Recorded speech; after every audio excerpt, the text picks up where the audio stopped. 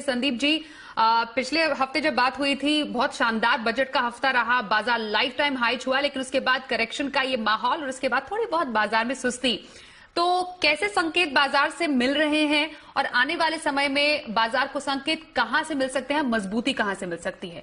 उसके अलावा हमेशा की तरह हम एक्सपेक्ट कर रहे हैं कि आप इंट्राडे पिक 2 लेकर आए हैं दर्शकों के लिए, और हफ्ते भर की खरीदारी कहां की जा सकती है, बताइएगा।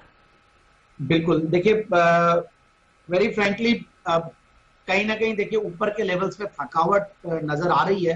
15,300 400 एक स्ट्रॉन्ग रेजिस्टेंस की तरह काम कर रहा है। आज भी निफ्टी ऊपर के लेवल से करेक्ट किया, फिर वापस से नीचे के लेवल्स पे बाइंग आती है, तो जद्दोजहद चल रही है, मैं यही कहूंगा। और एफआईआईज का भी आज डेटा जो आया बहुत पॉजिटिव नहीं बोलूंगा मैं, क्योंकि आज कैश मार्केट में उनकी वैसे सेलिंग थी। और ओवरऑल मुझे ऐसा लगता है कि बैंक निफ्टी में काफी पॉजिटिविटी थी, आज बैंक निफ्टी ने चलाया।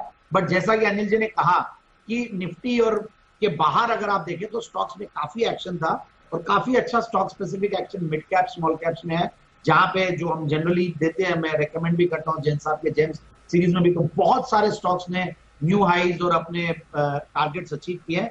तो मुझे ऐसा लगता है प्राइवेट सेक्टर बैंक्स में फिर से फोकस रखना चाहिए। बैंक निफ्टी जिस तरीके की क्लोजिंग दी है, तो मैं उसी तर्ज पे इंट्राडे एफएनओ पिक जो मैं लाया हूं वह एचडीएफसी बैंक, दिग्गज बैंक, तो इसीलिए कहीं ना कहीं मार्केट को भी सहारा इसी का ही मिलेगा। और एचडीएफसी बैंक और एचडीएफसी ट्विंस जब मूव करते हैं तो बहुत बड़ी एक मूव आती है मार्केट में। But still HDFC bank can do very well. 50 closing price था, 1625 1630 का टारगेट लगाए और 1565 का स्टॉप लॉस। और दूसरा जो मैं कैश मार्केट में जो इंट्राडे की पिक लाया हुआ है कैनफिन होम्स। जैसा कि देखिए एनबीएफसी में, बीएफएसआई में, बैंक्स में काफी एक्शन रहा है पिछले कुछ दिनों में। कुछ तो एक्शन भी रहा है कि इंडस्ट्री में न्यू एंट्री हुई है एक बड़े दिग्गज प्लेयर की, और एक छोटी एनबीएफसी को उन्होंने टेक ओवर किया, तो उससे भी माहौल काफी पॉजिटिव बना है। तो कैनफिन होम्स को खरीदे इंट्राडे पिक के तौर पे। 517 पे क्लोजिंग थी, 540-50 का टारगेट, 503 का स्टॉप लॉस।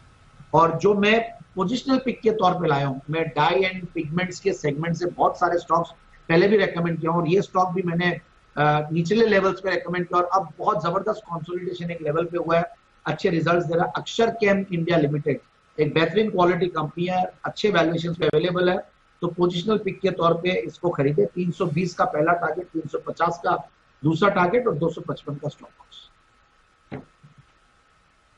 ओके, तो एफएनओ से इंट्राडे पिक, एचडीएफसी बैंक में खरीदारी की सलाह संदीप जी की, और कैश मार्केट से कैनफिन होम्स एक दिन की खरीदारी करनी हो तो वो उनका पसंदीदा शेयर है, और वहीं हफ्ते भर की खरीदारी अक्षर केम इंडिया में करने की सलाह सेबी की तरफ से। जो ये एक बहुत बड़ा रिलीफ सन फार्मा को मिला है संदीप जी, जैसा रिपोर्ट मेरी सहयोगी ने भी पेश किया, उसका इम्पैक्ट आपको क्या लग रहा है स्टॉक पर पड़ सकता है, और क्या कोई पोजीशन होल्ड की जा सकती है सन फार्मा में?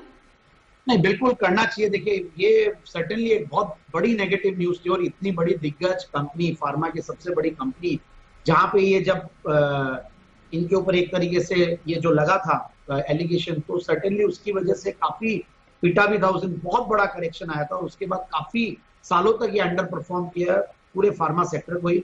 बट अब ये न्यूज कहीं ना कहीं ऐसा, जिस तरीके से प्राइस में परफॉर्मेंस दिखा है, तो ये ऑलरेडी डिस्काउंटेड है प्राइस में, और कंपनी ने बैलेंस शीट की क्वालिटी को भी और बेहतर किया है, डेट फ्री हो गई, ऑलमोस्ट डेट्स को रिड्यूस किया है। So overall it's a very positive news. Buy on declines की रणनीति अपनाएं, और आगे आने वाले दिनों में ये भी, और जो दूसरे फार्मा स्टॉक्स है जहाँ पे वैल्यूएशंस का जो एक डिस्कम्फर्ट आता था यहाँ पे देने में, तो मुझे लगता है कि अब ओवरऑल इसको भी बहुत जबरदस्त कैचअप करेगा, एंड ऑलरेडी काफी हद तक किया है, और भी मुझे लगता है करेगा। So there is an opportunity to buy on declines.